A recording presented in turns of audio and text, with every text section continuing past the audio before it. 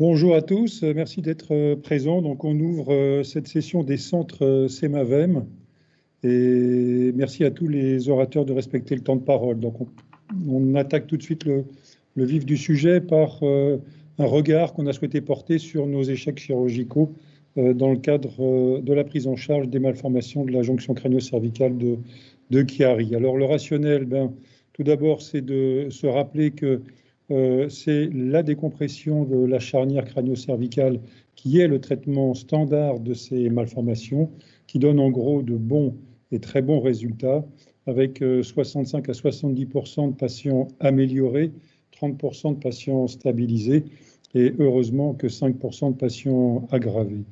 Alors on a voulu s'intéresser à nos échecs, et bien entendu que la notion d'échec va être perçue de façon bien différente par le chirurgien, par une réunion de concertation pluridisciplinaire, par le malade ou par l'entourage de la malade. Toujours est-il que les deux problématiques principales sont à la syringomyélie, sa persistance ou sa réévolutivité, et à la persistance de l'oblitération foraminale. Alors, on va s'intéresser ici uniquement, ce n'est qu'une petite partie d'un plus gros travail mené par Steven. On s'intéresse à nos échecs chirurgicaux qui ont conduit à une réintervention. Et on va distinguer les échecs précoces des échecs tardifs. Alors, quand on fait un tour d'horizon un petit peu fouillé de la bibliographie, de la littérature, sur la question des échecs chirurgicaux, eh bien, on se rend compte, par exemple, à la lecture de cette forme un petit peu de méta-analyse qui n'en est pas vraiment une, mais qui est un travail issu d'une base de données internationale, qu'on a des chiffres comme celui-ci, qui est qu'on aurait, sur ces séries un peu poulées, à un mois, eu 6,8% de réintervention, ce qui nous est apparu un peu élevé par rapport à notre habitude chirurgicale quotidienne, avec des problèmes de circulation de LCR, principalement pseudoméningocèle hydrocéphalie et infection notamment. Alors, un autre travail a porté sur la récidive des syringomyélies après décompression de la jonction crânio-cervicale, et l'on voit que eh bien, le taux de récidive varie de 3 jusqu'à pratiquement 22%, avec donc 6,7% de syrinx persistante ou progressive. Voilà un autre chiffre que l'on voit dans la littérature. Alors, quand on s'intéresse à notre cohorte, on a revu les malades au cours des 10 dernières années.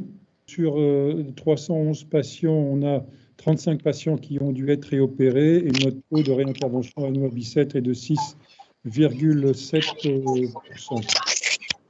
Donc, on a une moyenne de réintervention qui est à 28 mois, avec des réinterventions précoces plutôt pour les pseudoméningocèles et plus tardives plutôt en raison d'arachnoïdite.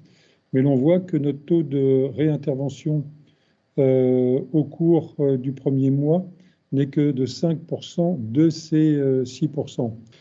Donc par contre, voilà la diapositive la plus importante. Les réinterventions, elles ont lieu principalement en raison d'arachnoïdite, de pseudoméningocèle, d'hydrocéphalie ou de compression persistante. Après, un exemple ici donc d'arachnoïdite avec ces grosses cavités et puis ces petites oblitérations foraminales et donc l'arachnoïdite source d'échec.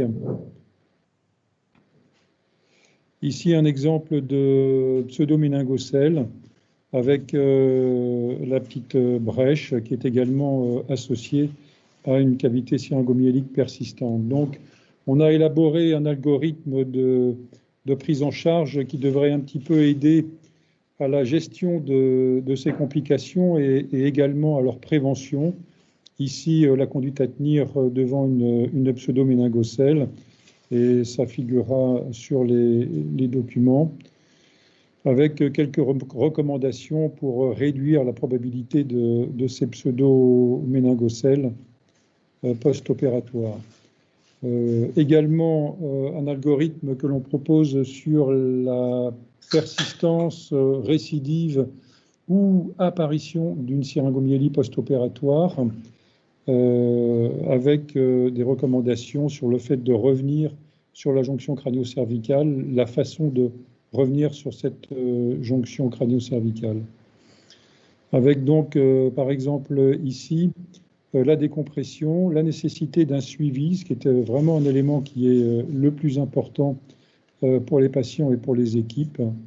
Et puis, en cas de pseudoméningocèle ou en cas de syringomyélie persistante, le type de bilan qu'il faut refaire à la fois en IRM, à la fois en scanner, à la fois en étude de flux, et les recommandations sur la façon de revenir sur la jonction crânio-cervicale avec arachnoïdolyse, geste sur les amygdales cérébelleuses, pose de drain éventuel et toujours un regard complémentaire sur la partie antérieure de la jonction crânio-cervicale. Donc la diapo de conclusion est que c'est toujours très informatif de s'intéresser à ces échecs entre guillemets, qu'on a donc entre 6 et 7% de taux de réintervention après une décompression de la jonction crânio-cervicale, et ça avec une moyenne de survenue de 28 mois, alors que le taux de reprise dans le premier mois est très faible, les principales causes en étant notamment l'arachnoïdite,